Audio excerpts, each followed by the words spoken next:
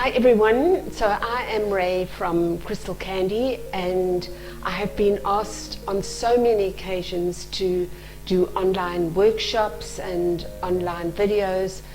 So today is the first one that I'm starting, and everybody has asked me for how to make edible lace, which is an awesome product.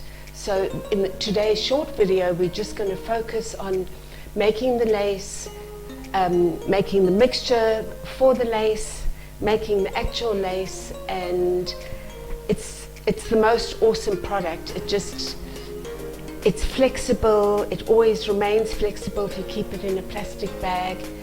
It's ready to use at any time, and it's the most delicate, awesome, lacy product.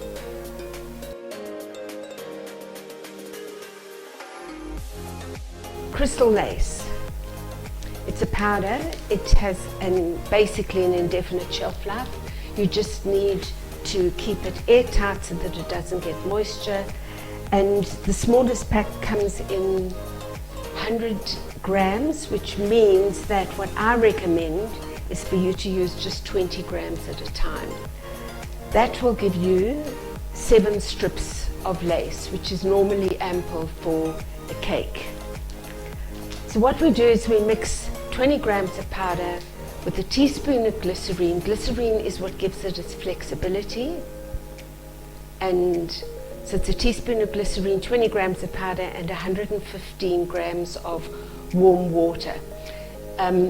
Hot water, cold water, they're all fine. They're just gums in the Crystal Lace Signature Blend mixture. So the warm water just helps it to activate and work with it immediately. So you don't have to wait overnight.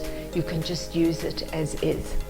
So don't make the whole packet, because you'll have loads and loads of lace that you won't know what to do with. So I will take the powder, the glycerine, and the water, and I'll mix it with an electric hand mixer or an electric mixer for 5 minutes. And it's a no-flop kind of story. You can't really go wrong.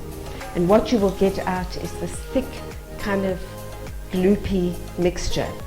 If it doesn't come out like this, it just means you've added too much water, which means it's going to take longer to dry, but your lace will still be perfect. So our silicone mats are the way to go when it comes to design and beauty and whatever. So we import the silicone, we make it here in the factory in Krugersdorp, and the designs are all perfectly made so that the depth of the artwork is 100% perfect for crystal lace. Some of the mats that you buy in the market are a lot shallower, and other mats that you buy are a lot deeper, because you basically got to use them with fondant. So make sure that when you make crystal lace, you use the correct mat in order to get out your lace.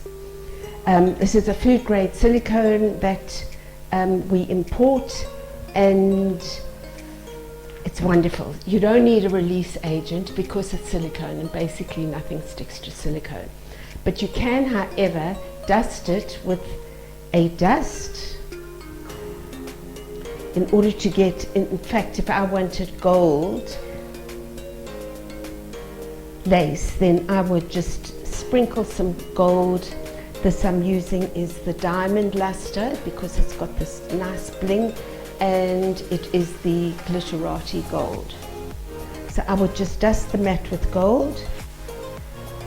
I will then throw off the excess if there is any, and then I'm going to apply the Crystal Lace Signature Blend into my silicone mat. So you need about, I'd say, 2 heaped teaspoons. There you go. And I'm using a scraper or a spatula that is wider than the mat. I can't use something narrower, because then it'll dig out the lace. So here I am working the mixture into the mat from left to right, to left to right, up and down in all directions, and I'm actually filling the mat with lace. Okay, so my final scrape, basically, after it's filled, is to go from left to right at a good 45-degree angle and clean the mat off with from the excess lace.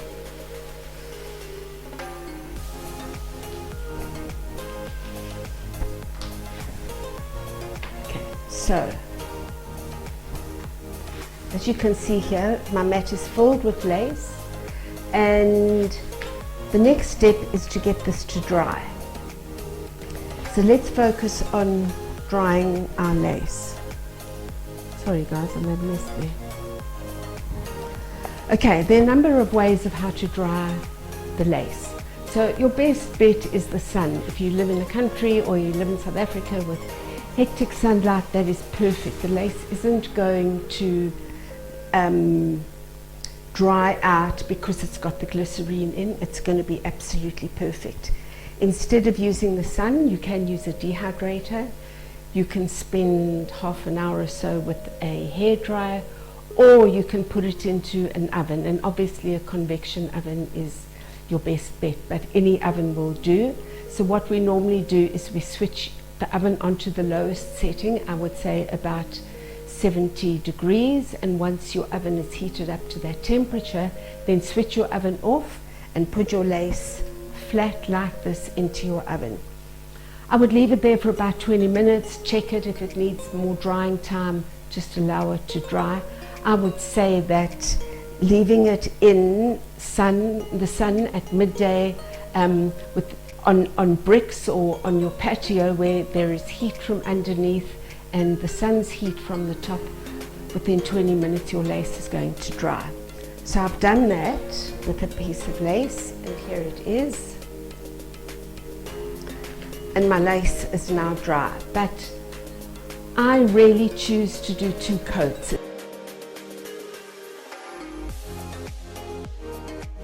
I've done the 2 coats. First coat was dry, second coat is wet, and I'm just going to allow the second coat to dry, which is exactly what I've done here. This is the second coat. It's got 2 coats on. I've allowed it to dry, and now I'm going to take a damp cloth, and all I'm going to do is remove any excess webs or lace that I might have left on, just so that my lace comes out perfectly. So you can start seeing the blue of the mat again, and I'm taking off any excess or webs just to get back to that beautiful lace. Okay, so once I've done that and my mat is clean and I can see all the blue, basically I need to wait normally for about 5 minutes until the moisture has evaporated, it's dried, and my lace is ready to come out. So here we go. I'm going to ease one of the edges. I know it's ready to come out because it's like popping out quite easily.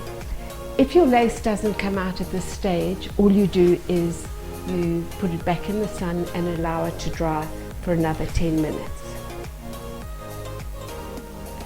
But it should come out perfectly and easily every time. Wow, there you go. My mat is now dirty. I'll put it into soapy suds, just get it clean and allow it to dry, and my lace is perfect. So just let me talk a little bit about the aftercare of lace. So once I've made my lace, assuming I'm going to put it around the cake, all I'll do is I will paint it with a brush and a touch of water to moisten the mat, the lace. Or what I'll do is I'll steam my fondant or my cake so that there must be a little bit of moisture between your lace and your cake for your lace to stick. If I'm using a buttercream cake, the buttercream will be slightly damp. I can put it on a chocolate ganache cake or whatever, any surface. It'll stick to any surface because of the moisture. Assuming I'm not I don't need this lace for now and I need it for a week's time, or I need it for a month's time or 6 months time, it'll still be perfect. So I will keep it in a plastic container, airtight in a Ziploc bag, and just keep it there until I need it. Guys, now that you've had the ups and the downs and the highs and the lows of lace, I really, really hope you take the plunge and you make your own lace. I think that it's just one of the tools of cake decorating that is so awesome to have under your belt. It will up your game tremendously, and once you've used lace and once you get the hang of it and once it's awesome, you're actually never going to stop, because whether it's for your cakes or your cupcakes or your showpieces or even your desserts, it's amazing to use and just wonderful. Thank you for watching. This is the first of many videos that are going to happen, and we'll see you again soon. Ciao, ciao.